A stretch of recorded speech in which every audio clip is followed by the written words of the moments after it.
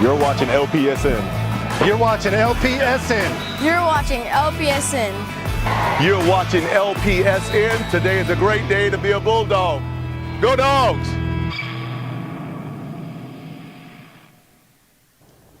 Welcome in, Bulldog Nation. It's week 6, and the run for the postseason is heating up. He's Michael, I'm Danny, we're Hanks and Hanks. And thank you for joining us tonight for the LPSN pregame show. Danny had a chance to sit down with Coach Bernethi earlier this week. Let's take a listen to what he had to say. All right, Coach, as always, thanks for your time joining us today. Obviously, a huge win this past week at Barbers Hill, and I understand the Houston Texans paid you a visit. Yeah, I was kind of surprised. I saw some stuff going on in practice. I kind of didn't know what was going on. Then all of a sudden, the Houston Texans cheerleaders were there, and the whole team was up, and Mr. Stewart from the Texans presented me with the Coach of the Week award, which was an honor, and it's a testament to the whole entire team, not just Coach Bernethi, but it definitely honored to be awarded with the award. Well, good deal. You definitely deserve it, and the team is definitely bringing your vision to life. And speaking of that Barbers Hill game, that first half was there was a lot of adversity. Obviously, they went 14 up on us, and then we responded. And it seemed like there was three teams on that field a little bit. And there was some adversity, though, but the boys really kind of bounced back. What did you see from the team this week? I saw them grow up a lot at halftime. We talked about stop doing like a lot of unnecessary stuff and just focus on doing our jobs and competing to win the football game. And I want to give, a shout out to Coach McGraw and the defensive staff, to get 2 big interceptions in the third quarter and to get a 3-and-out on them after we went up 7. And then offensively, to possess the ball, convert fourth downs, which was big. And I think Barbers Hill, up to their last possession, only had 7 offensive plays in the second half. Yeah, a great defense is keeping them on the bench the best you can, and those long sustained drives. I know that's a key to us again this week also. But how big was that win in terms of the playoff picture? Well, we're sitting we talk about it too, we're sitting exactly where we were last year. We were 4-1 going into play Kingwood Park. So we're just focusing on Kingwood Park and finding a way to beat a good team this week, and other stuff will fall into place. Yeah, I agree. They obviously they had the huge quarterback last year. He went on to UTSA, and you thought there'd be a significant drop-off. Not seeing that on film. They've got a kid that can run and pass. What are you seeing from Kingwood Park so far this week? They're a tough team. They're physical. They play. They're one of the better defenses in our district. So we're going to have a challenge again, offensively, and defensively, the quarterback makes them go. So, when things are covered, he can run, and when things aren't covered, he can make you pay throwing the ball. So we got to be able to contain him. Yeah, I saw a little, you don't want to go out on this level, but the kid has some Patrick Holmes. The kid can throw from all different angles. So it's going to be an exciting game, and I know our guys are up to the task. Offensively, we're a strong team. I mean, we look really well. How did the offensive line grade this past week? The offensive line played real well. Football is an imperfect game, so there's going to be times where you miss an execution or you miss a block. We're playing with a freshman at tight end in the game, but overall played really well. If I was to put a grade on it, probably high 80s because I'm kind of hard. But I noticed that. But to be able to go out there and go 5 for 6 on fourth down, and you're pretty much putting it in your offensive line's hands, I mean, they made it happen. Yeah, I saw a little animation from you on that big conversion, and you could tell. You just told them to step up to the challenge, and they answered the bell. So it was definitely great to see. You just said that. You said, the quarterback runs the show for those guys. Our offensive line is such an important part of that, so they're uncelebrated. Obviously, in the grand scheme of things, what are you seeing on film from Kingwood Park? Obviously, you touched on a couple of those points, but how is our attack going to be with these guys? Yeah, I mean, we got to possess the ball. We can't give them extra possessions. Like really, it's been since Baytown Lee. Like Baytown Lee, their quarterback I thought was really good. Yeah. Barbers Hill's quarterback I felt was good. Is our best way of defending him is making sure he's not on the field. So, possess the ball, don't give him extra possessions, and don't give up the big play and contain the quarterback. Yeah. Saw a couple more sophomores on the team this year. I wanted to talk to you about that because it's just kind of been a conversation that Michael and I have had. And what goes into that? Is it something you see? Is that something, a decision by committee, the position coaches? Kind of walk me through how we're seeing our personnel changes on our roster. Right. So really personnel starts in the spring.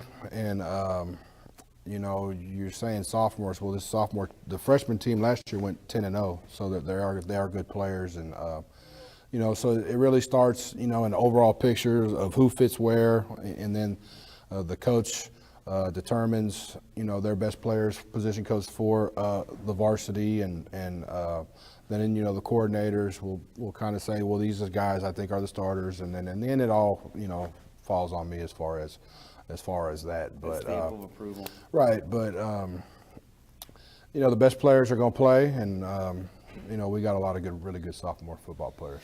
We do, indeed. The whole team is it's so fun to watch. The injury report, how we doing so far? A couple bumps and bruises, some things where some kids have to get some treatment, 2 or 3 times a day, but I think to be pretty healthy come game day. Good. Yeah, so here we are on the back stretch, and as always, I appreciate you taking the time. I know you got a really busy schedule. We're not going to do rapid fire because I didn't get to filter those questions, and it's probably for your benefit. Right. The last I looked, it was a little tough. But as always, Coach, congratulations again on the win and the award, and we look forward to talking to you again next week. Yes, sir. Appreciate you. Thank you, sir. Thank you. So obviously the first step, the first thing, let's talk about Coach Bernithi. Obviously he got Coach of the Week. The Houston Texans surprised him after practice on Tuesday. They came out and the cheerleaders were in tow, and definitely a well-deserved honor. Absolutely well-deserved. He's really just built a dynamic culture of effort and team and unity, and I'm just really pleased that he was able to get this award. Oh, yeah. Speaking of awards, we've got another one with Terrell Bernard winning the NFL AFC Defensive Player of the Week. The former alum, went out and did big things this past week. Big things, man. And, he's representing this community well, but he hasn't changed. He's true to who he was when he was here on the campus, when he went to Baylor, and obviously playing for Buffalo now. So he's doing a fantastic job. So the awards, great recognition, but obviously we had a big game last week with Barbers Hill, a lot of adversity early on, but we kind of rose up to the challenge and bowed up and came out a completely different team the second half. What do you think?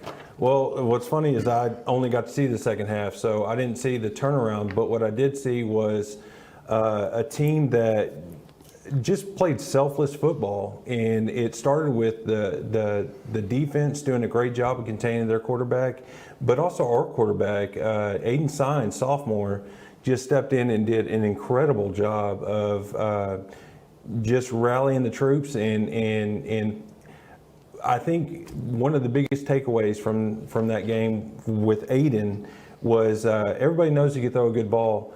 But the proudest I was of him in the evening, the block. Man, he came in and just wrecked house. So he looked for somebody, and he led into him. So that was really good to see. Yeah, he did, and he does throw a great ball. And I think the more reps we get with the ones, I think you're going to start seeing some of those passes connect, and that's going to be dangerous, folks, because our offensive line and our running backs continue to dominate the game. I asked Coach Bernithi, and he said he scored him a high B. Well, he's obviously super critical, but that's how he is. He's true to that, but he challenges. He has high expectations for them, and they deliver. But just seeing the continued play of our offensive line is very, very encouraging. It starts there. They're the uncelebrated heroes, but they did a fantastic job. But the defense stepped up big. The defense had 2 takeaways in the second half, interceptions that were massive and turning the tide to really solidify that victory. I think going into the Barbers Hill game, everybody knew that we could stop the run. They knew our linebackers were legit, and they've done an excellent job of doing that. But not that there was a question mark, but our secondary had an opportunity, I think, against Barbers Hill to show their skill set and just show that hey, it's not going to be easy to throw on us either. No. So it was awesome to see that. You know, and the final score didn't reflect how well they played. They did score that last touchdown with 15 seconds left, but you got to think of how long the defense was on the field right there and how many passes they had to defend, and they did a great job. But this week, new task, new challenge with Kingwood Park coming in. They've got a 4-1 record also. We're battling each other for that second spot, and they're extremely tough. They got the number 1 defense in district, lots of pressures on the quarterback, 35 hits on the quarterback so far this year. I think it's definitely going to be a challenge for our offensive line, but I think they're up to it. And you know, talking about them, multiple times I've seen them downfield just lighten secondary player, the secondary up, and it's just like they don't stop. They don't stop. And there's room for everybody. So yeah, and when you have the quarterback that was willing to stick his head in there and make a block, your receivers are battling always. You see Landon Kate, you saw Caden Hizataki take a guy and kindly put him on the bench. You know, we've got some fierce blocking, but the defense of Kingwood Park only gives up 243 a game. So obviously that's going to run right into the teeth of our strength, which is our offense, and we're averaging 379 yards a game. So hopefully we can do that. But offensively, Kingwood Park goes as far as number 6. Jackson Sims. He's electric. He's always looking upfield. He's very mobile. He throws on the run a lot. Can throw from multiple spots. So containing him is going to be crucial for the Dogs this week. Because the best, obviously, at the end of the deal, you know, the best defense is a great offense. If we can go out and sustain those long drives like we did in the second half of Barbers Hill, I don't think there's going to be any threat there. That's the best way to neutralize somebody of his caliber. Again, I pointed to it a moment ago, but the Dogs averaging 379 total offense per game is pretty impressive. Hey, oh my gosh, yeah, and it's just a balanced team, and they're becoming more balanced every week, and so the offense, you got a 2-headed monster in the backfield, and now you're starting to see a passing game to go with it. I'm really excited to see what the potential is. I totally agree. You want to talk about balance? There's nothing more balanced than our 2-headed attack. Barnes and Sandolph lead the district in total rushing. And let me just make sure I get it here. Barnes, 662 yards rushing for 7.8 per carry, and Sandolph is at 553 per 6.7. So that's about as balanced as you get. And you throw in the touchdowns. Each of them both have 9 touchdowns. I felt like that was fitting because it's just balance. And they feed off each other. They score off each other's blocks. Pick your poison. Yeah, absolutely. But it sounds like we've just kind of been homers with this offensive line thing, but we can't overstate that. Folks, we forget that only 2 or 3 years ago, we were mustering 125 yards a game. That was dark times here. That was as low as we've been in decades, maybe ever at LaPorte. And to see the renaissance it's been incredibly rewarding. So overall, it was a great team ball. We're going to do it again tonight. We're going to go ahead and step out, take a break real quick, and we'll finish this thing up. We'll be right back. You're watching LPSN.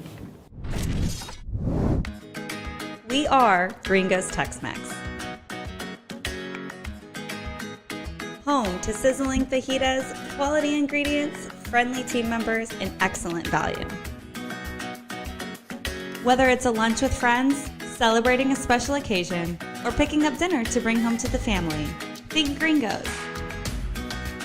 We're in business today because of this great community that supports us, and we thank you. We are your hometown Tex-Mex, here to serve you before or after the game. Go Bulldogs!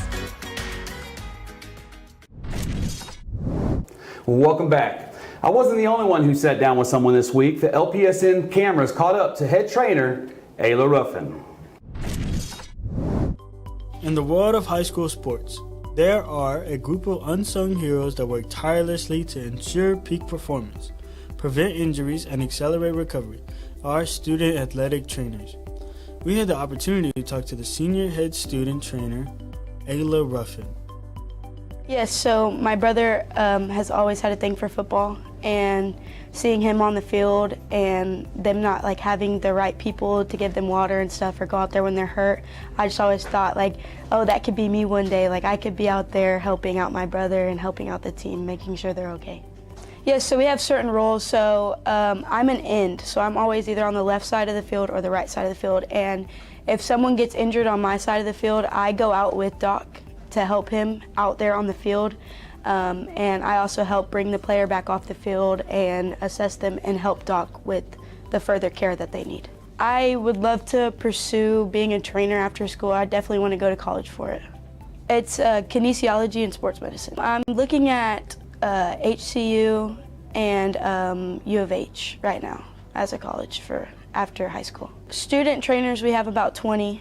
Then we have our 2 head trainers, which is Doc and Missy.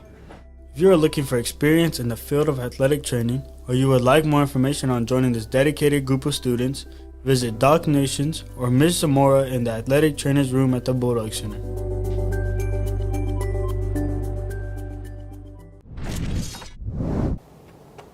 They really do work so hard behind the scenes and are uncelebrated. So tonight, let's get to our starting lineups for your LaPorte Bulldogs. Starting out with that highly touted offensive line, Braden Nelson, Nathan Woolbrook, Tyler Patrick, Colin Manning, and Jake Heyman, who also made a great play in that contest. We'll shore up our offensive line. In the backfield, we've got signs from center, and then Tyrese Barnes and Ricky Sandoff.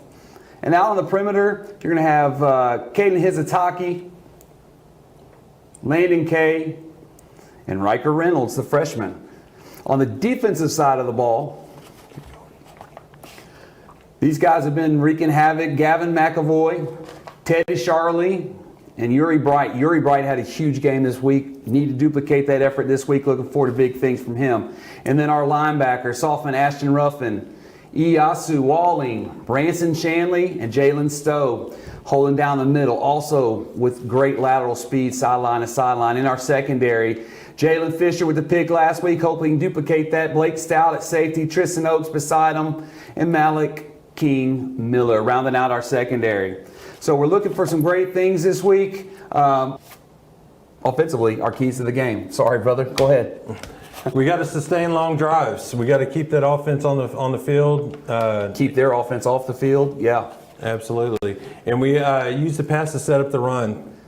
Absolutely. I think that's going to open up these guys are really going to rack up some yards, and those guys have to be honest and can't bring everybody down in the box. And let's play clean, no flags. No flags, making sure we're not turning over that ball, protect that ball at all costs. Now, defensively, the keys to the game are really going to be contingent on that number 6, as I said. But they run a complex offense. So defensively, we've got to do these 3 things.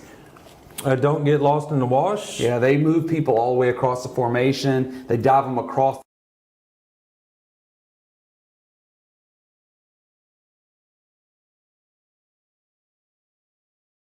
Into the booth, Bulldog Nation. For all of you just joining us, we welcome you in. It's week 6 here in Texas high school football, and the playoff picture's heating up. I'm Danny, he's Michael. We're Hanks and Hanks. Appreciate you joining us. As always, if you saw our Facebook message, we're having some type of technical issue that takes place about 8 minutes before our kickoff, and it's taken our whole network down. So we have worked feverishly to try to get a single camera up. We've worked. I came in and I saw Corey doing a lot of stuff. I didn't see you doing much, brother. Okay. Well, there's a lot of people working. The kids are scrambling. Manny's scrambling. Yep. But the Dogs in a starting defense. Kingwood Park comes in. Who are we going to have it? I'm going to have to look. Yeah, we have an injury. And we'll have to discuss. But this young man for Kingwood Park, number 6, is someone's going to have to be contained. Oh. And there he goes on the first big run. Should have had an illegal crackback right there around the corner. But Kingwood Park goes wherever Jackson Sims, number 6, you just saw him there with his foot speed. The young man looks upfield constantly. He's a runner, a running threat, but he keeps his eyes upfield to keep those plays alive.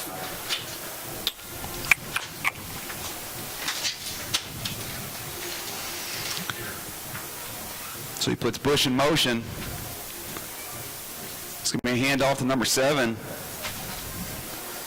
It's going to be dogpiled at the 45.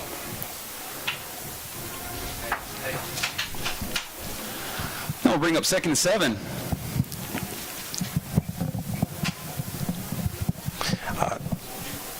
I kind of want to get Danny's blood pressure checked right now. He's one of those creatures of habit, and any type of Well, this has been a major change.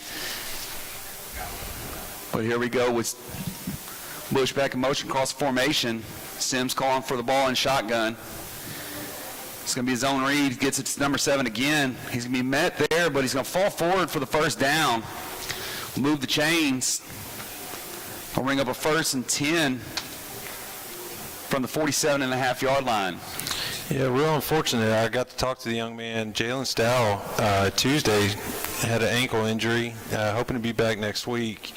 But, man, that's really... Yeah, some shoes to fill for sure. And it looks like number 30 is going to fill that spot. Is that Raymond? I bet you it is. There he is looking for that wide receiver screen out on the edge. It's defended well. It's going to be a minimal gain. That's a terrible, terrible spot. It's going to pick up 2. When it should have been a loss. Yeah, they went far to the boundary there. But Kingwood Park comes in. 1,461 yards of total offense, about 292 yards a game, which matches perfectly to the Bulldog defense, who's averaging about 290 a game defensively. So we'll see how that plays out here. See if we can Sims in a pistol. Bush will come in motion for Kingwood. Calls for the snap. Another read's going to hand off to number 7 again. Ruffin's got him around the waist. Man didn't go down easy. Again, a very generous spot. It's going to bring up 3rd down. 3rd and a short 2 for Kingwood Park.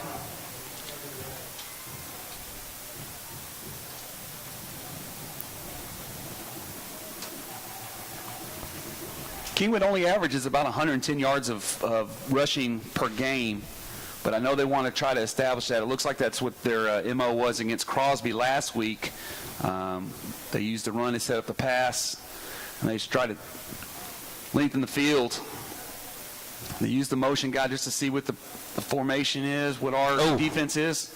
Oh, he was back there. It's going to bring up 4th down. Look, it is. The linesman on the other side is very generous with the spots. But it does bring him 4th down, 4th and a short 1 yard for the Bulldogs. Big opportunity here.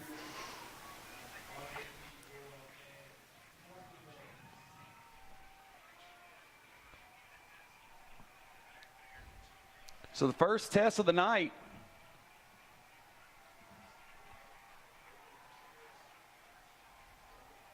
Sims is out. They're going to run a wildcat straight to number 7, straight give. He's going to fall forward for the first down. They ran Jackson Sims out to the slot. Had a direct snap to Aiden Truce, who is a freshman. Freshman running back, huh? Yeah. Aiden Truce. Averages about 3.6 a carry. Looks pretty consistent with that so far. The Panthers are going to line up in the pistols. Got Sims back for the shotgun snap. Truce right behind him. Looks, he's going to pull it down. Quick throw out the boundary. Number 4 cannot make the catch. Kyle Sheffield falls incomplete. Brings up 2nd down and 10.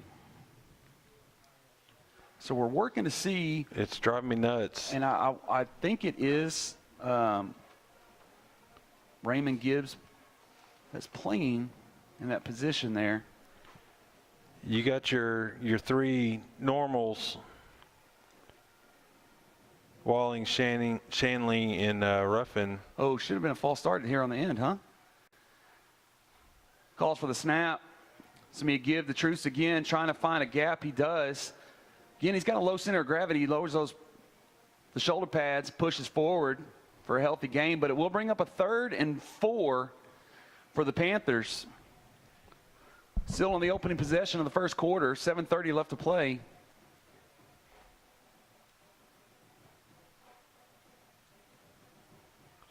You got to assume on this side of the field with that yardage, it's 4 down Territory. territory. Twins left, Bush in motion. Sure would love a false start right here. Again, give it to Truce.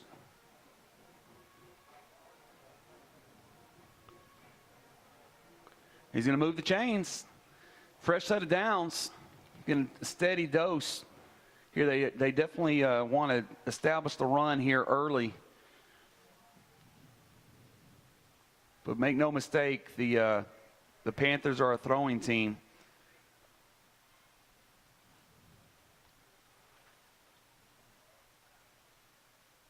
So Sims back in the shotgun. Pistol set. Calls for the snap. Going to hand it to Truce again. He's going to make it around the right side. Oh. Good job by Blake Stout getting in there. Number 45, Tayton Self, comes up.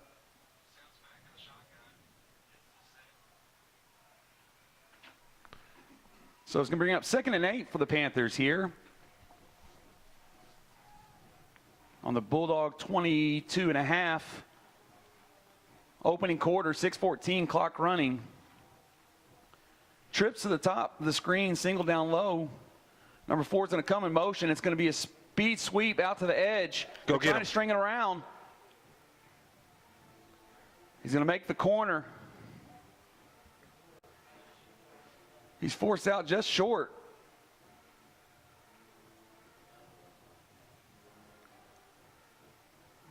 Nope, they're going to give it to him. So it will be 1st and goal from the Bulldog 8. Jeez. Yeah, again at the angle, it can be a little deceptive. Bush in motion left side. Sims calls for the snap. Bad snap. Tries to get it to Truce. He does, who finds his way into the end zone. And the Panthers take the opening kickoff. 75 yards to put 6 on the board. PAT to follow. Man, they milked over 6 minutes off the clock as well. And one of our keys to the game is a great, defense is a great offense and making sure we keep their offense sitting on the sideline. You see why. But that is the play I was talking about, the misdirection, getting lost in the wash. Bush went in motion across the formation. He came back and replaced the guard, and he sealed off Shanley, and that's how he was able to get that touchdown. But the PAT is good, and just like that, the Panthers go up 7-0 with 5:42 in the first quarter. You're watching. Well, we can't go to commercials either. So we are working on that. No worries. But at least the Wizard is on the screen. I mean, we can hear him. So, folks, I really cannot emphasize, and I know Michael's trying to make fun of me a little bit, but the amount of effort that goes into a production is people have no idea. And to see all the hard work, the kids have been here since 1:30 today, running cables and cameras and installing equipment, loading graphics, and when you have something like this, it's pretty devastating. So it's not for a lack of effort, for sure. There's something going on. It's about 5 to 7 minutes before kickoff. It's been all 3 weeks now that our network just gets taken down, and we cannot get everything to come back up. It runs good for 2.5 hours, but it is extremely, extremely frustrating. So if I'm not mistaken, I think I see a number 23 out there with Landon Kay deep back for the kick. That'll be Mr. Keenan Lawrence joining the Dogs. First game back since game 1. Talk about pick your poison. Yeah. You don't kick it deep. It's going to be a pitch back to Kay. He's going to try to take it around the ends. Landon. He's going to get stood up there at the 25. And that's where the Bulldog offense will come out on the field. 1st and 10 from the 25. Find themselves down, I believe it's 7-0. They said that PAT was good, but it's not reflected on the board yet. Coach Richburg.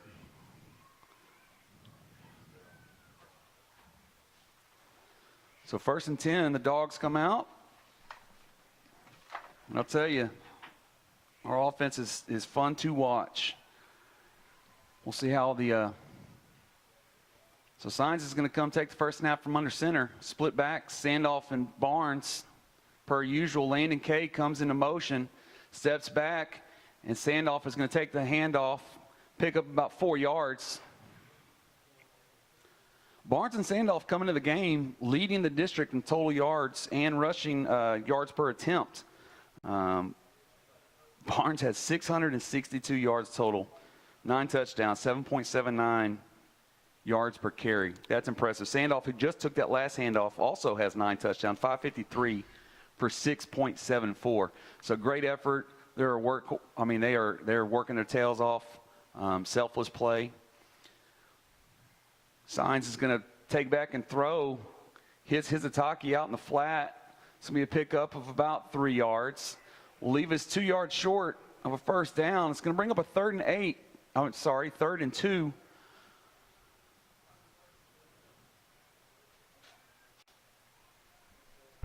From the Bulldog 34 here.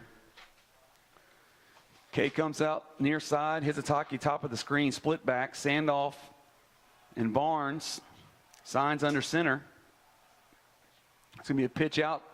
There we go. Hit that hole. Oh, and they snuffed it out. Short. And we're going to be short here.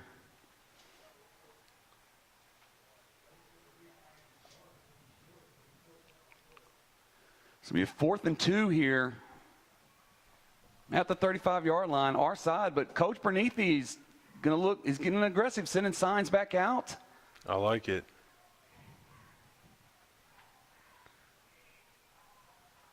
So the Dogs staying aggressive. Kay's out to the top of the screen this time. Hizataki near side, split backs, Signs under center. There we go. There we go. Go, Big! Yes, sir! Yes, sir! And Nice Sandoff in block. an open field. He's going to break it, folks, to the house. And oh, Nelly, that's a Bulldog touchdown. Hizataki with some big blocks down the field too. Yes, sir. That's how you answer, folks. Ricky Sandoff takes a handoff from Signs, up the gut, down the field, 6 on the board, PAT to come. That's how you do it, folks. Great job. Are you doing the handoff thing on purpose? Whoa, I didn't, but let's write that down. Let's keep that. Well, you've done Put it that in 3 the repertoire. times, so Wow. just throwing that out there. We're going to cut his mic. We got to make those. There we go. Nice. 7-7. All right, folks, and just like that, we got a new ball game with 3:20 left in the first quarter. Our score, 7-7. You're listening to Hanks and Hanks on LaPorte Sportsnet. We'll be right back.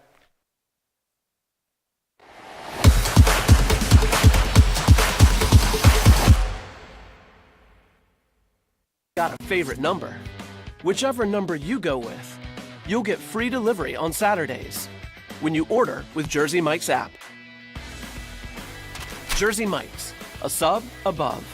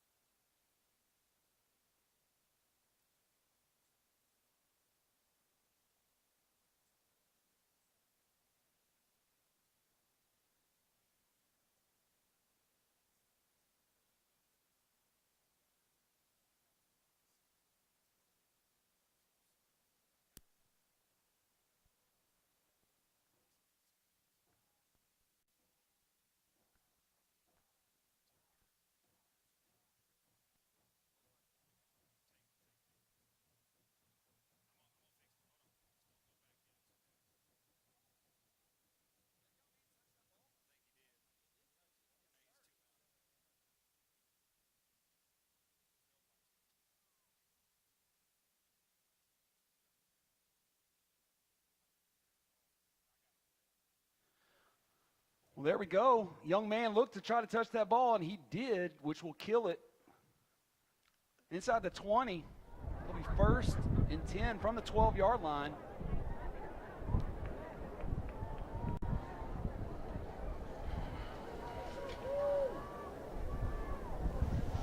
The ball was touched by the Panthers before. So that's a good break. So the Panthers come out. New ball game, 7-7. As you can hear, we've got a field mic working now. Slowly but surely, things will come back up. Sims calling for the snap in the shotgun. He's going to hand it to, he's going to slip in the backfield for a TFL 2-yard loss. Going to bring up 2nd and 12.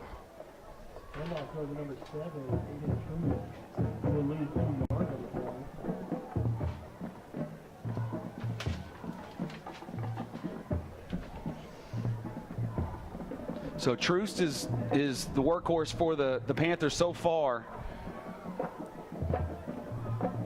In the pistol. Sims calling for the snap. We got a blitz from the end. You got to get him. Get him. Yes, sir. Oh. Was he outside the tackle box? Yeah, he was. But I'm telling you what, the near interception, which brings up a point of emphasis for the Dogs tonight. For as great as Sims has been, dude, he's thrown 6 interceptions on the season. 30. Number 30. Yeah, we didn't find out who that was. But I'm pretty sure it's Raymond Gibbs. We will confirm that here in a moment. But that brings up a long 3rd and 13. Boy, he shot out of a cannon. He did, and he followed it back up. You know, that's the key. Showing blitz again. Sims going to take and roll on the center. Yes, sir! Fisher with the interception. He's going to take it to the half. Yes, sir! Oh, Millie! That's a pick 6. Jalen Fisher jumps in front of the pass. And just like that, folks, the Dogs have taken a lead with 2:34 in the first quarter. Defense steps up. Again, I just alluded to the fact that the young man has thrown a lot of interceptions. We've got to exploit that tonight. Great pressure from the backside. Flush him out of the pocket. He likes to throw on the run, but he was a little forced in his cadence there. Fisher was able to scoop it and score. And now we're ready for a PAT. Holly with the snap, hits the target with the hold, and the PAT is good. Ladies and gentlemen, the Bulldogs 14, Kingwood Park Panthers 7. We've got 2:34 here in the first quarter. Yes, sir, way to answer. If we blew your... Sorry, folks, we're getting an update. Christopher Zupan, I apologize, young man. Great effort so far. I believe he is a junior. So, Mr. Zupan, welcome to the show, young man. Good job. Good job.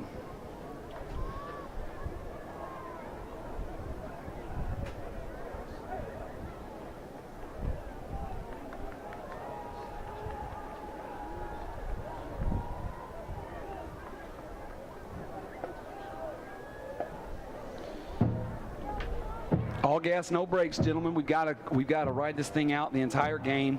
But I like the response from the Bulldogs. So Walling puts his foot behind it. He's going to kick it to the deep man. We've got a pin to that sideline. Wrap up right there. He's met by a host of Bulldogs. Kingwood's going to set up shop at the 32-yard line. Number 4. Tyron Williams on the stop, so we first and 10 Panthers to 32. So again, Kingwood Park comes out.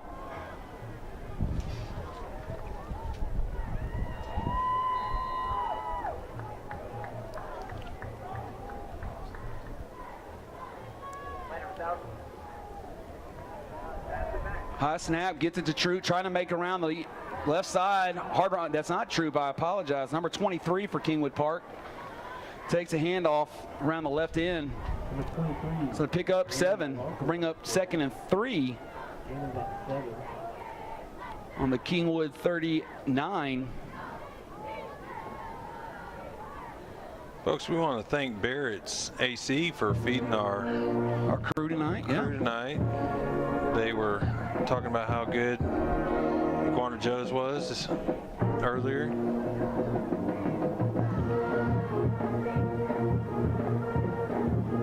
Bunch set out the top of the screen, hands it off. Oh, there we go, flushing him again. Tackle him, yes, another ball to pick. Oh. Ruffin got back there. They were going to get him for what? Is that a horse collar?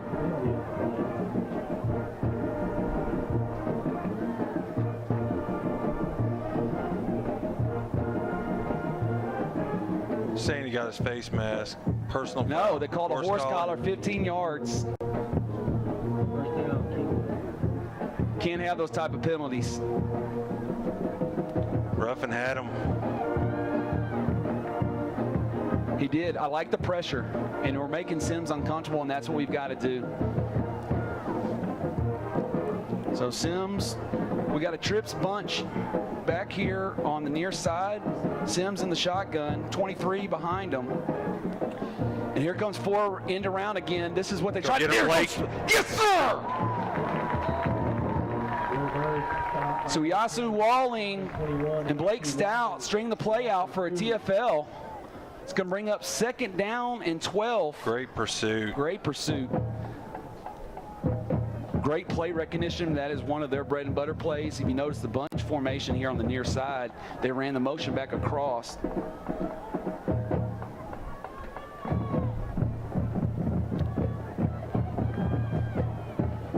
Twins either side of the formation. Sims calls for the snap. He's looking to pass. He's going to throw. Oh! And Ruffin jumped back in You had it, the throw Bubba. lane. Good job putting yourself in position. Great position, but it's going to bring up a 3rd and 12. I like what I'm seeing. I like what I'm seeing. Great job, Bulldogs. So Ruffin jumped back in that throwing lane. That's film study right there. So here we go. Twins either side of the formation. Sims in a pistol. Moves his running back to the left side. Calls for the snap. He's looking to throw. He's got a wide side on that side of the field. Just all day. And he's going to throw up another ball. And we got another INT. That's why. There we go. There we go. Yes, sir. Tristan Oaks. Tristan Oaks with the INT. Yes, sir. And that is the young man's kryptonite. Sims will try to extend plays longer than they should. Great coverage downfield, baiting them and throwing a terrible pass. Oaks set up the Bulldogs here at the 41-yard line, 1st and 10. With the 7-point lead, we need a long, methodical drive. It's still the first quarter, brother. Crazy, crazy. So Hizataki near side. Landon's crouched down in the back. It's going to be a handoff right back to him. He's looking, and he's got Hizataki. Keep running. Yes. Hizataki! Hizataki! Oh, Nelly! And that is a huge pickup by the Bulldogs. What a dime by Landon. On the run. Great throw. Hizataki in stride. What a play. That was beautiful. So, folks, that will set up the Dogs at 1st and goal from the 4-yard line. Got to pound that ball in here right now. I think what you call this is setting the tone. Setting the tone. Michael, I like it. I like it. Look at you. You are... Signs with his pitch back to Barnes, who's going to find it right on the right side. Runs hard, picks up 1. For number 3, Tyrese Barnes on the right. So it's going to be 2nd down and 3 from the 3. 2nd and goal, I'm sorry, from the 3. Seeing Kingwood Park band trailer pulling in. No one told them that we're not at Bulldog Stadium. 4 guys drove over to LaPorte, did a tour, and that's the end of the first quarter, where your Bulldogs lead the Kingwood Park Panthers 14-7. You're listening to Hanks and Hanks on LPSN. We'll be right back.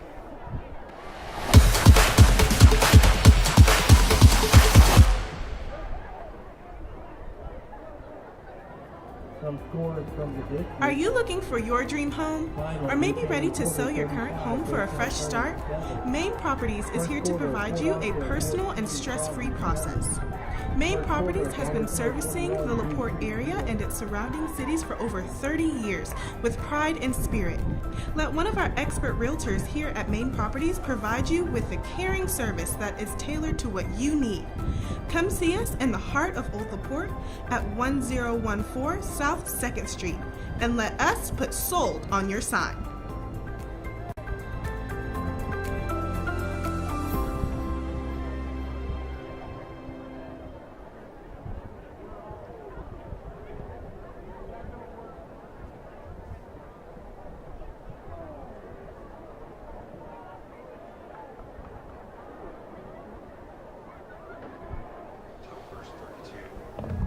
Well, we're back. Dogs set up shop here. 2nd and goal from the 3-yard line. Split backs. Barnes and Sandoff in the backfield. Lane and Case. It's going to be a handoff to Sandoff, and it's a touchdown. Touchdown, Bulldogs. Hard running, but number 6, Ricky Sandoff. Sandoff with a 3-yard touchdown run. 3-yard touchdown takes his total up to 10 for the year.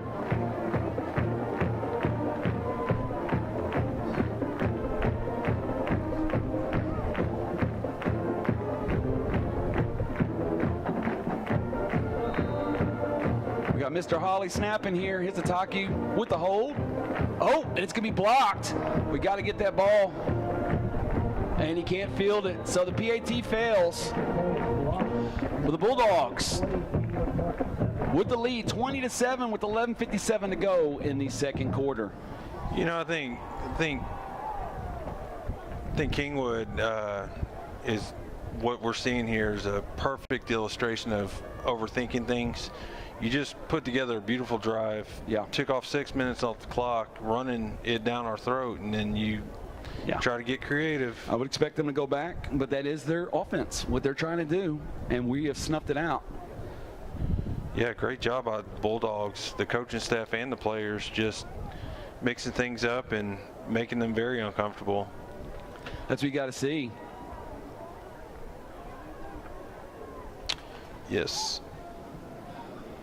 So, folks, we have done some research here, putting out text, and we're getting hand signals and signs. And Christopher Zopan is number 32, and Raymond Gibbs number 30. I believe Raymond is. There we go. Puts his foot into it, sends him back to the goal line. He retrieves it over his shoulders, trying to run it out. Yes, sir. Get him. Poor decision by the young man. He's going to be snuffed out of the 7-yard line. Great special teams play. Zupan on the tackle.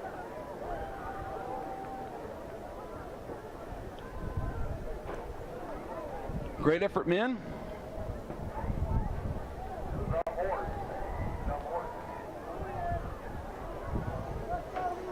So Kingwood Park kind of staggering a little bit, trying to figure out what is going on. The Bulldogs have obviously prepared themselves very well for this contest. Sims comes back out. 23 off to his right. Twins near side, 14 in motion. Calls for the snap, is going to hand it back to number 23. He'll be upended there, but not before he picks up 9 yards on the carry.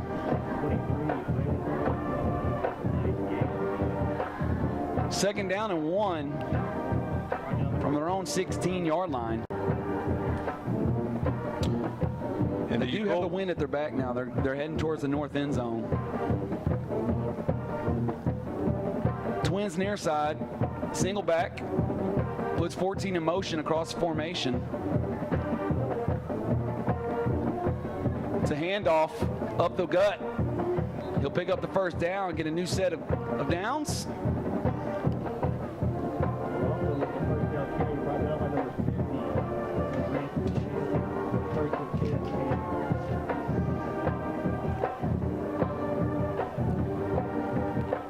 Yeah, folks, Bulldog faithful that have been with us last year as well know that we were at this position last year, 4-1 coming into this game, and our season took a turn for the worse. Another handoff. So to say this game is rather important, I mean, it's an understatement. Here on out, it's important. You know, it started last week. The playoff run really started last week with Barbers Hill, and we're at the meat of our schedule right now with this contest last week, and then obviously we've got Porter and Port Arthur Memorial still on the horizon. Speaking of the horizon, look off to the southeast and look at that moon coming up. Pretty cool, nice, bright and orange. The harvest moon tonight. Got Twins out to the top of the screen, showing blitz. And they're going to hand off to number 23. Morocco around the So they heard you, brother. a nice game. That'll be a first down, Panthers. We got an answer for it. 35.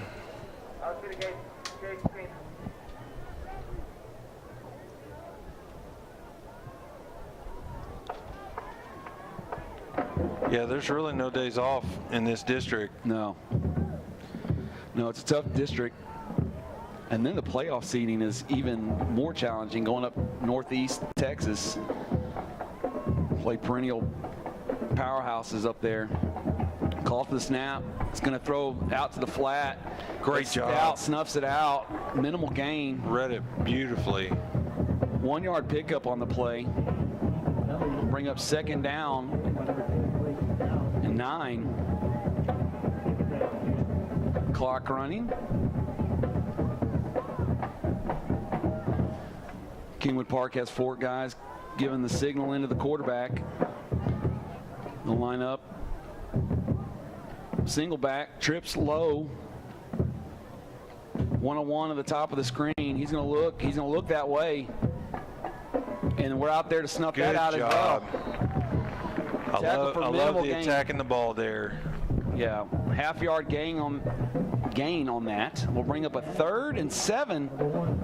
Jalen Fisher, number 10, Blake Bowles. Stop will be 3rd. Jalen Fisher, great open field tackle, and was quickly helped out to bring down the receiver. Yeah, good pursuit inside out, take them to that boundary, and that looks to be what they really want to stretch us wide. But the Dogs have countered. So you got trips going out to the top of formation. They're going to go to a Wildcat set. They're going to send Sims out here to the slot, near side. Calls for the snap, high almost, and we can't do that. No. Again, to one of those points, keys of the game, we've got to do a better job not getting caught in the wash. New set of downs. They've picked up 2 first downs for that Wildcat so far, so let's make note of that.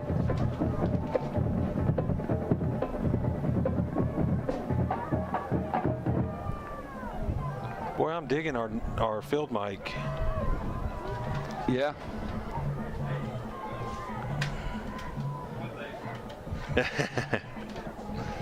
So we handoff back to the right side. Pickup of 1. We'll bring up 2nd and 9. Brought down by number 9, Ashton Ruffin, number 50, Branson Shanley. Ashton Ruffin and Branson Shanley on the tackle.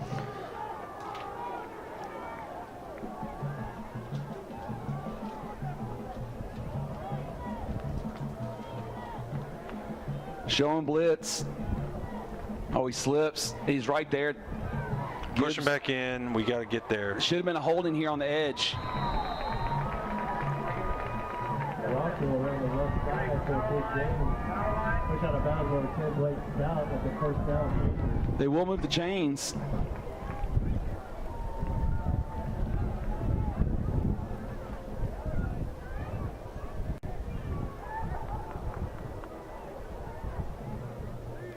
First and 10, the Bulldog 34-yard line. Sims in the pistol. Twins either side of the formation. Calls for the snap. He's going to pull it, throw it out to that wide, and he overshoots his receiver, incomplete. That will stop the clock with 6:56.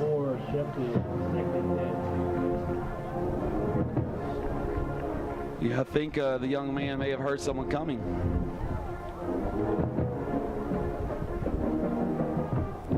So Twins out to the top of the formation, single low. I'm sorry, we're going to have Twins either side. We've got 14, sneaks out of the backfield in a pistol, puts 14 in motion back across the formation. Sims calls for the snap. Zone read looking for his running back, who's swallowed up immediately for no gain.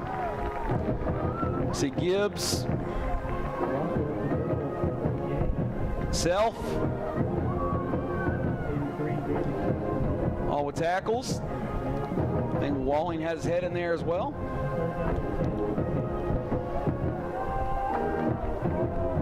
Kingwood again runs Twins either side of the formation, single back. Sims in the shotgun. They got back. They got a free play. No, they got back. No, he threw a flag near side. He wasn't in the neutral zone, I don't think. He stuck his arm out.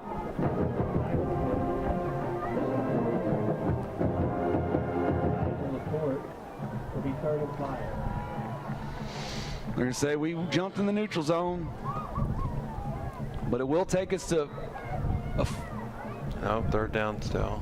3rd and 5 here on the penalty. Once again, you got to assume we're in 4-down territory. Definitely, especially if after seeing how the Dogs have responded. So single receiver out to the top. Got Twins low in the pistol. Calls for the snap. It's going to hand it to him. 23.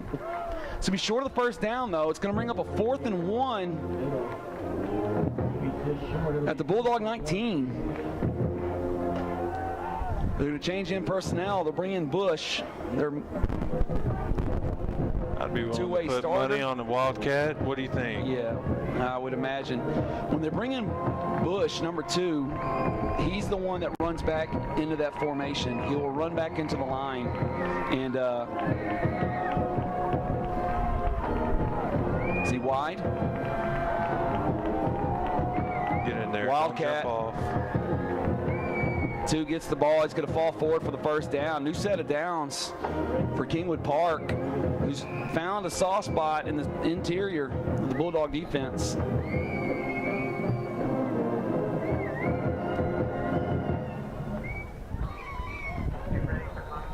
Renethi's going to call his first time out of the game. Timeout report.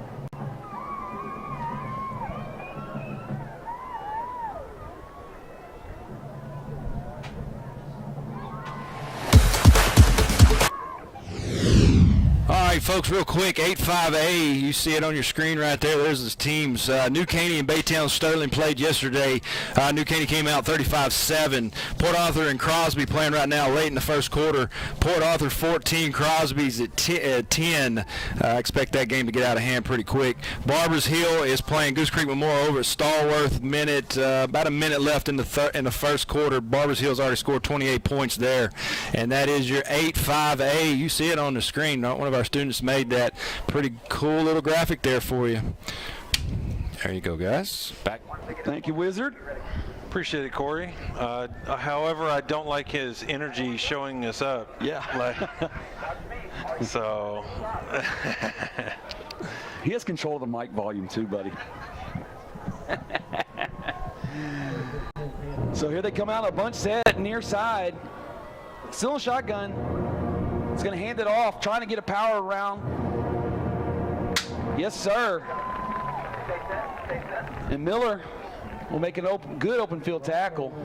Great for job. a TFL. Malik King Miller. Loss of 1. That's his second of the season. So, Danny, tell me how the field announcer, do they have guys in their ear telling them? Yeah, like, typically they'll have a spotter, and they're telling them, and they'll point on a screen for them. Because I'll tell you what, I can't see anything. Like, I just see orange. We don't and have white. a spotter. So we got Twins out to the top, single low, 1 back, calls for the snap. They're going to run a counter right into the feet. Bright's going to tangle them up.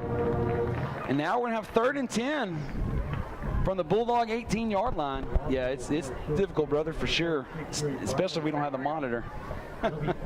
We don't have our cheat sheet. So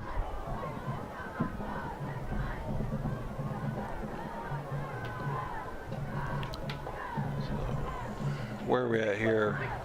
3rd and 10. 3rd and 10 from the Bulldog 18. Let's go. Bear down, boys. That clock's running 4:06. Play clock down to 15. I feel like we haven't been on offense at all tonight. Well, that helps. I'll take it. I don't care how we get points.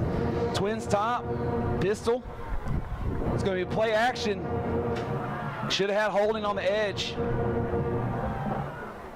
And Sims will pick up the first down. Boy, Raymond Gibbs was back there again. Yeah, he was. He's fast. He is fast. So it's going to be first and goal for the Kingwood Panthers at the Bulldog 8. Good pursuit there. Good pursuit. We got to greet him at the point of contact.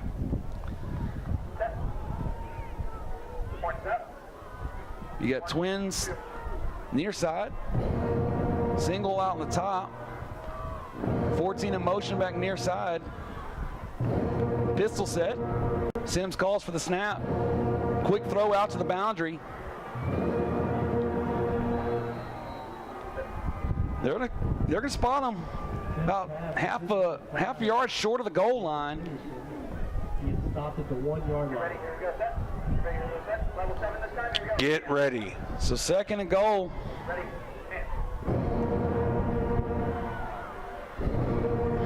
Quarterback keeper makes it around the edge. He's gonna get in the end zone for 6.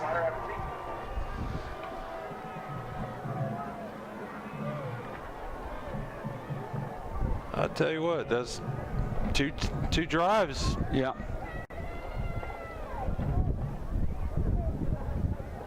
So PAT to follow. 20 wide AR for the extra point. Oh, we got a left-footed kicker here.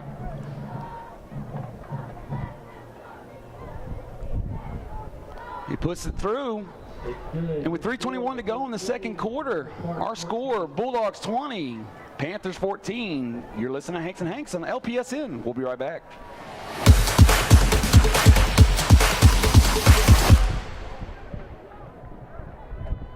Cool in the summer, warm in the winter. Barrett's Heating and Air Conditioning has been keeping LaPorte comfortable for more than 50 years. Residential, commercial, new construction, repairs, even yearly maintenance. Call 281-471-1118. Barrett's is family owned and operated with expert friendly service, and Barrett's is a proud supporter of the LaPorte Bulldogs.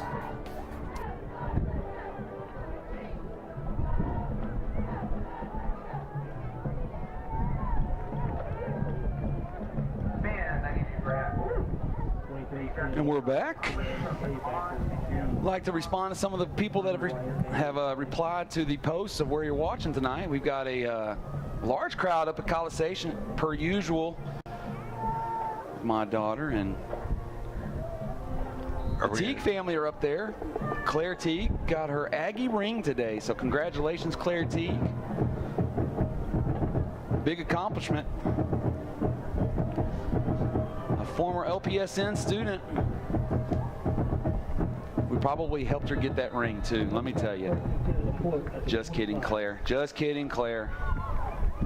In all seriousness, congratulations. Gary Rice, watching from home in LaPorte. Raul Farias, watching from Rosenberg. And Vance Lyles. Boy, look at the old heads out there watching. I'm just kidding. I'm just kidding. Danny, we're old heads. Oh, we are. But we ain't from 78. No, seriously, thanks for watching, guys. Dogs set up shop from the 25-yard line. Give me a handoff. Barnes. Ooh! Keenan Lawrence is back. Lowers his head. Makes his presence known.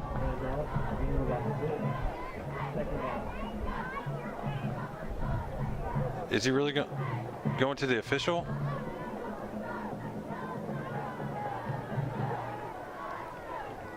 It appears he is. So Signs comes, we got twins at the top, split back. Signs under center is going to throw out quick to Landon. K makes a quick catch. Go Landon, go. Landon's moving the field. Huge pickup. Give them a taste of their own medicine. Signs with a quick pass out to the boundary. Hizataki with a good block. Caden makes a step. And the Dogs are on the move. 2.5 minutes left to play in the first half. Hizataki and K down near side. Split back. Signs under center. Who again is going to try it again. Same play. Opposite side. And K splits the defenders. But he will move the chains again. 1st and 10. Dogs on the move, hurrying up to the line. Yeah, Kingwood Park's going to do themselves a favor and call a timeout.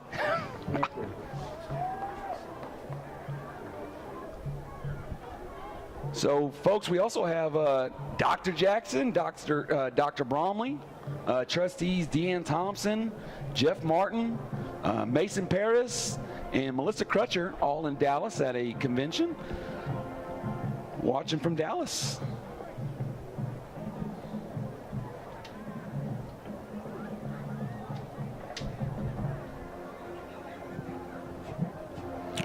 Boy, that moon is... yeah. So you folks at home can't hear the discussions in our headsets, but we're really scrambling, still trying to bring up things, different camera views and some of the graphics and sound stuff we have to add to this contest. But we're on the air, and that's all that matters, right? And our Bulldogs are winning. And the Bulldogs are on the drive. 2:14 to go in the second quarter. We've got Ricky Sandoff and Keenan Lawrence in the backfield. Okay, oh, that should be a penalty. Jumped in the neutral zone. So we will come up 5 yards.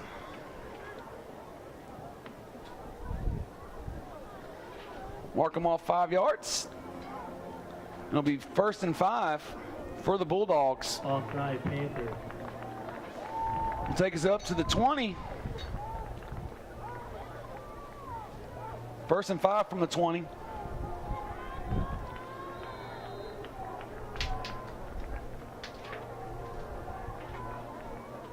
Same personnel. Hizataki top of the screens. K in the slot. Signs under center.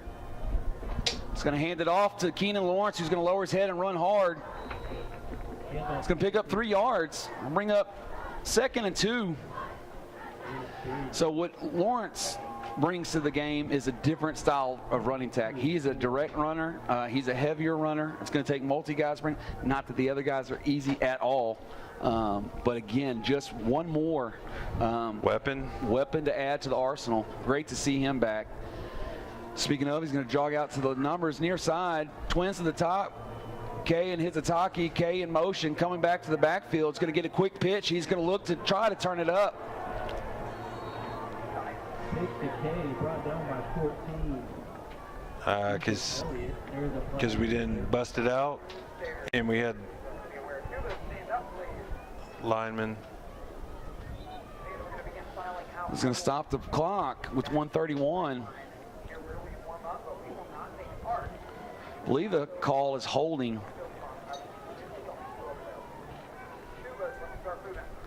Signs already has the play. Holding report.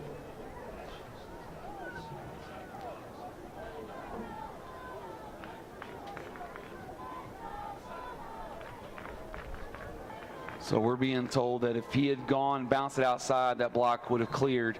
But since he was inside the hash, it was a block in the back. So move us back. 3rd and 10. Signs under center.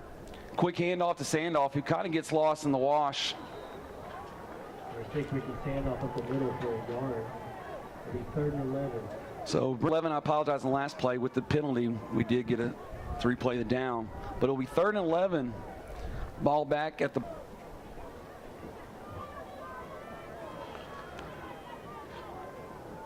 And folks, this has been the first game where one quarterback has gotten all the touches or the snaps so far. That is true. And he's done a heck of a job. Aiden.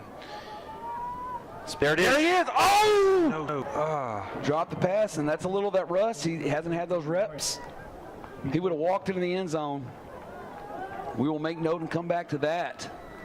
Yeah. That play was wide open. Signs has played really well this first half. Don't get in your head. But again, Coach Bernithi with his quarterback at his side, looking to go for it with a 4th and 11. The ball at the 26-yard line of the Bulldogs. 51 seconds. The clock did stop on that incompletion.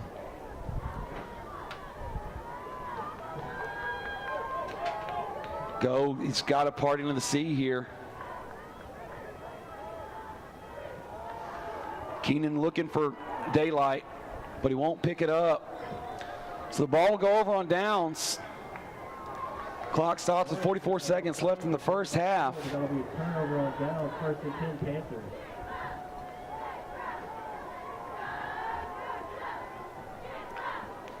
Boy, I hope that doesn't come back.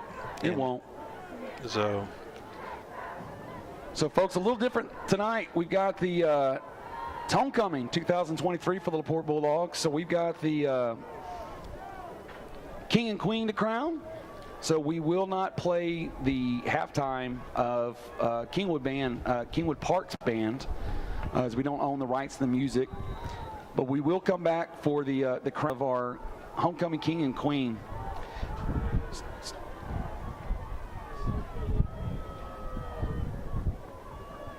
So we do have a CTE presentation. It's going to look to throw it field. Grass is broken up. Great Fisher job. recovered. Yeah, he recovered. He was there for a moment. Broken up by number 1. But we forced Sims to run. But it does stop the clock with 36 seconds. We had pressure. We got to stay under control to get there. Well, we've got another oldie from the vault with the Deer Park LaPorte gang. From 1979, a couple of those fellas were just out of high school that are watching us. It's going to run a draw. Shanley and Walling make the stop. It's going to be a first down. As soon as they reset the chains, clock's running, 28 seconds. 24. Twins near side, single high, one back. They're going to hand it off again. But it'll be swallowed up at the line. Looks for a like minimal gain. Kingwood Park's going to settle. Looks like they're going to let this run out. Nope. We're going to take one more play. No, and that's going to do it. We're going to head to halftime, folks, with your Bulldogs leading the Kingwood Park Panthers 20-14. You're listening to Hanks and Hanks on LPSN, and we will be right back.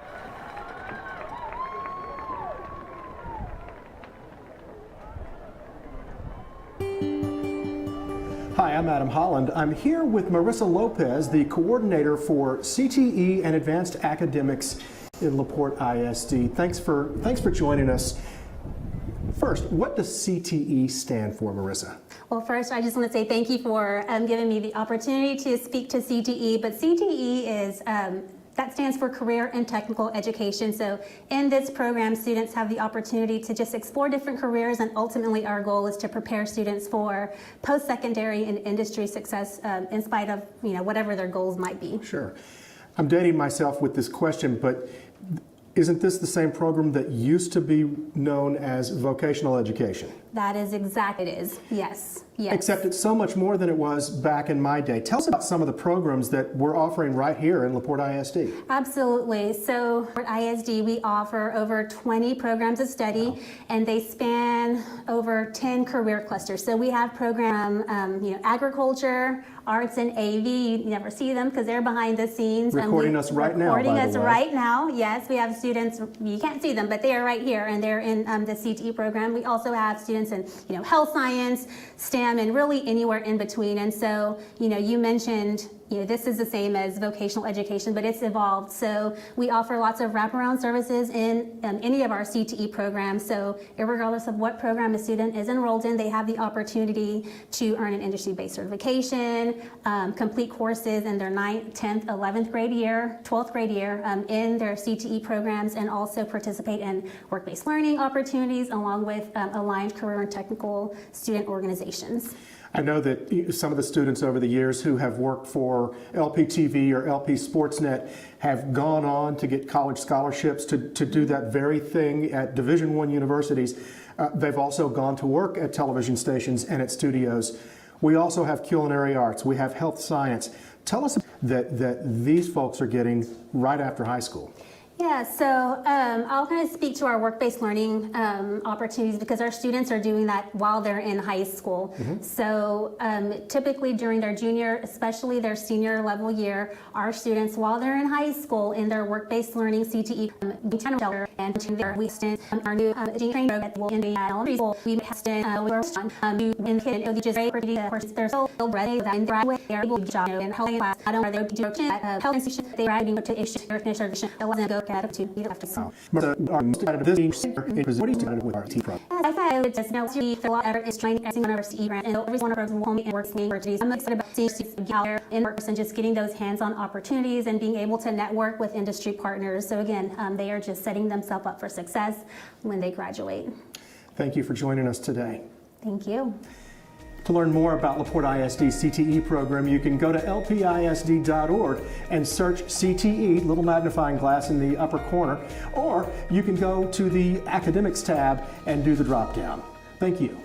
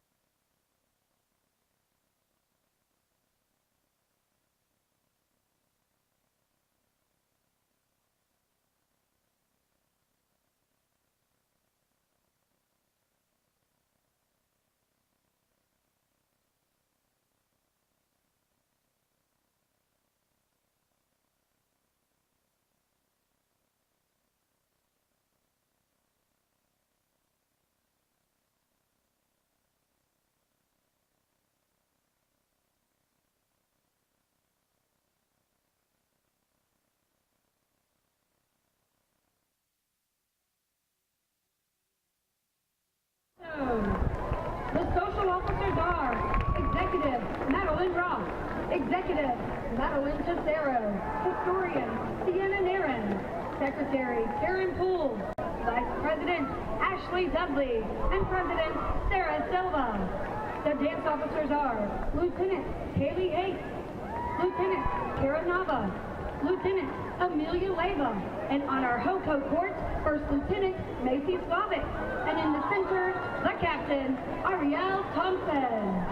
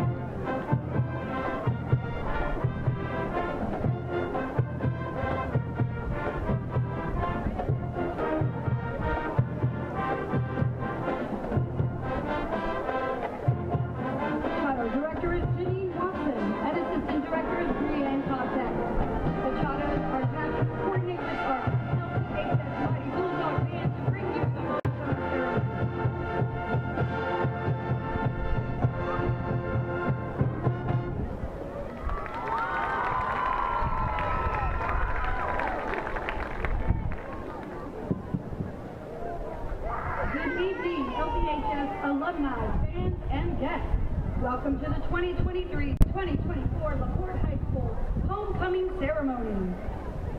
During this halftime, we will meet the 8 candidates, each for the Homecoming Queen and King, and crown this year's winners. These 16 young ladies and gentlemen were led by the senior class and voted on by the entire student body. They, along with the rest of us, eagerly await the announcement of the school's choice. The Bulldog Band and Shadows will perform as our candidates and escorts are interested. Please welcome the 2023-2024 LaPorte Homecoming candidates.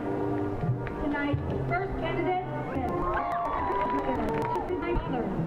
Kira Ember of the Evolve, plays in the varsity orchestra. She is also an active member of the Interact Club and Common Ground. After high school, Kira plans to play volleyball on the collegiate level, while also continuing her studies in animal science with the goal of becoming a veterinarian one day. Kira's greatest inspiration is her grandmother. She wants to follow in her grandmother's legacy of being a God-fearing woman with the gift of love and servitude. Kira's favorite part about being an LPHS Bulldog is interacting with all of the different students each and every day. Our second candidate is Brian Garcia. Brian is the son of Victor and Leslie Garcia. He is escorted tonight by his mom, Leslie. Brian is a member of the LPHS band. He plans to attend the University of Houston, where he will major in business. Brian's greatest inspiration is his parents, as they have given him lessons and advice in all aspects of life. They have taught him to work hard and push through any hardship. Brian's favorite part of being an LPHS Bulldog is always being able to call himself an alumni. Our third candidate is Carissa Crump. She is the daughter of Shane and Sabrina Simon. She is escorted tonight by her father, Shane Crump. Carissa is involved in the LPHS marching band, where she serves as a band president and head section leader for the trumpet. She is also a member of the National SFA organization, where she is one of the second vice presidents and also serves as vice president of the ASL Club. After high school, Carissa plans to get a Bachelor of Arts in American Sign Language and attend the Dignity College program. Her goal is to be an interpreter for the deaf at Walt Disney World and continue her passion for music. Carissa's greatest inspiration is her fears. She broke down and bit invisible walls within herself in order to find who she was on the other side, and that is what inspires her to be her best every day. Her favorite part about being a Bulldog are the friends and family she has found within the school. Our fourth candidate is Keenan Lawrence Jr.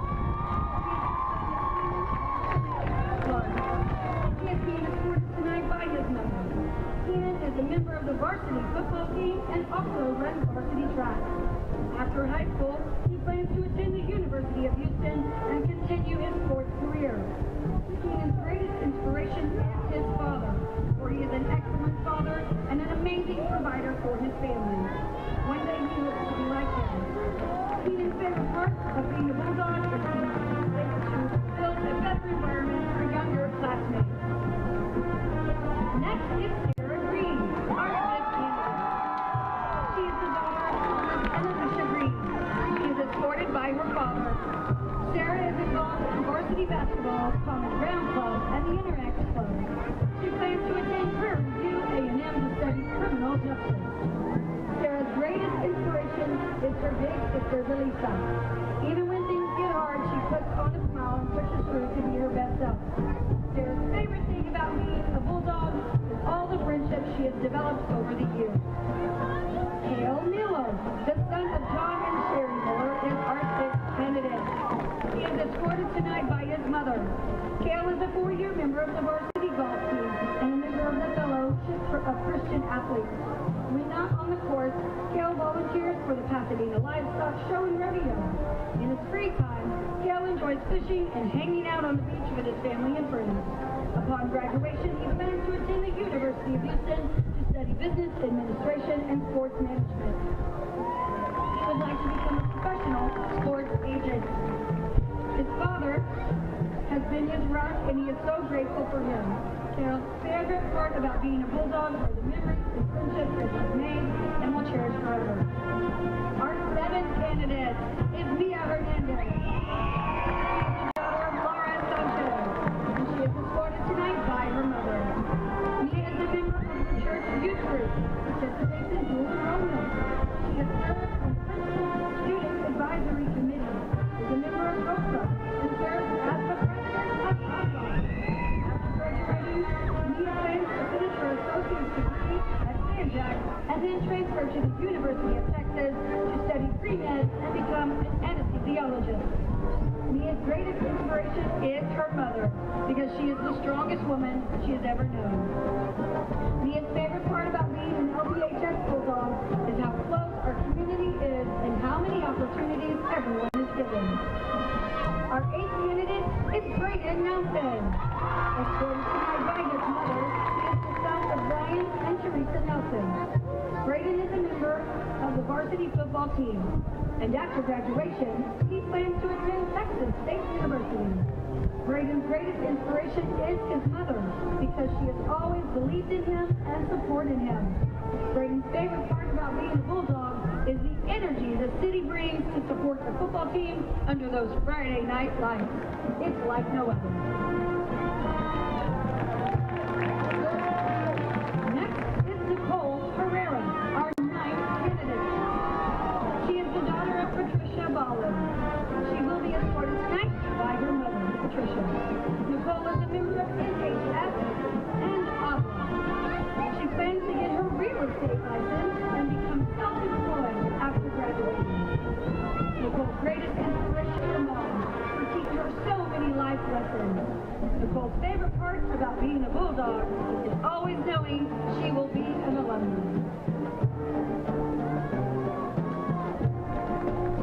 Our 10th candidate is Jalen Stout, son of Charlie and Rachel.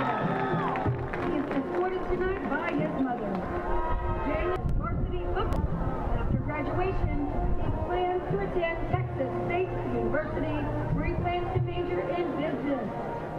Jalen's biggest inspiration are his parents, because they have taught him to be a respectful young man and have helped shape him into the young man that he is today. Jalen's favorite part about being a Bulldog is creating the bonds that will last forever.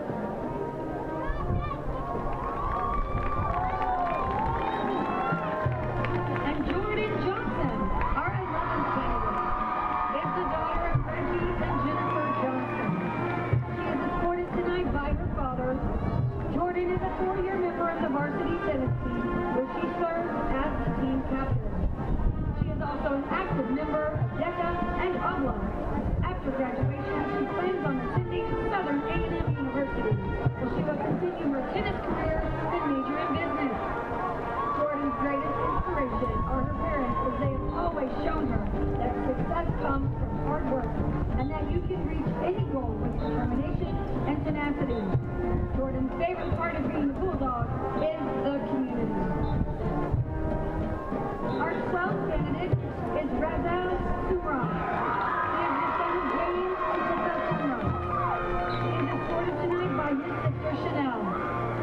Lizelle is a part of the Scout and Field team and is an active member in student council. After graduation, he plans to attend HBCU to study marketing and journalism. Lizelle's greatest inspiration is his younger son. He strives to become everything he's always wanted to be and looking for ways to improve. Lizelle's favorite part about being a Bulldog are the unforgettable laughs that happen every day. Next is Isabella Howard, candidate number 13. She is the daughter of Joseph and Stephanie Herrera Rose. She is escorted tonight by her father. She participates in the LPHS musical, is an active member of Thespian, and is on the LPTV staff. After graduation, Isabella plans to attend Texas State University to study mass communications with the goal of working in the film industry as a film creator and director. Isabella's greatest inspiration is her grandmother and her biggest supporter, and we love and respect her. Isabella's favorite part about being a Bulldog is the people she has met throughout the years. Ivan Vela is our fourth youth candidate. He is the son of Ivan and Lily Vela. He is escorted tonight by his mother. Ivan is a member of the LPHS soccer team and is in NHS and is ranked in the top 10% of the senior class. After graduation, he plans to attend Dallas Baptist University, where he will continue his soccer career and major in business administration. Ivan's greatest inspiration is his parents. They have always done so much for him and his family. His favorite thing about being a Bulldog is being able to see his friends every day. Our 15th candidate is Macy Slaughter. She is the daughter of Matthew and Millie Slaughter. She is escorted tonight by her father. Macy is a 4-year member of the Choctaw Dance Team, where she serves as first lieutenant. She is also a 3-year member of ASL. After graduation, Macy plans to attend Texas State University in San Marcos, and then travel or transfer to Texas State University in Round Rock in hopes of earning a doctorate in pediatric physical therapy. Macy's greatest inspiration is her brother, because he provides a good example of reaching your goals and living your dreams. Macy's favorite part about being a Bulldog is being a part of the Choctaw Dance Team and performing under those Friday night lights. Our final candidate is Tyran T.J. Williams. He is the son of Felicia Bridge and is escorted tonight by his mother. T.J. is a member of the varsity football team. After graduation, he plans to earn a degree in business and become a real estate agent. T.J.'s greatest inspiration in life is his mom, because seeing what she loves as a single mom is so inspiring. And his favorite thing about being a Bulldog is playing under the Friday night lights. Assisting Principal Carly Grammer is Ashley O'Malley, co-sponsoring the senior class. Now that all of the candidates have been introduced, I am proud to announce that this year's homecoming king is Ivan Vela. I am also pleased to announce the 2023-2024 homecoming queen is Jordan Johnson.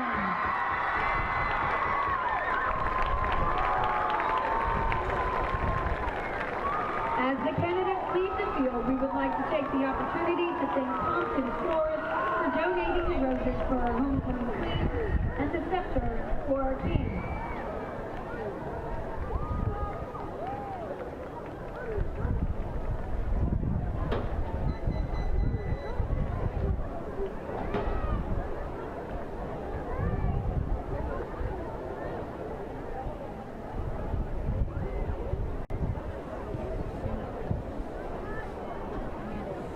Congratulations to our new king and queen. Good night and let's go Bulldogs!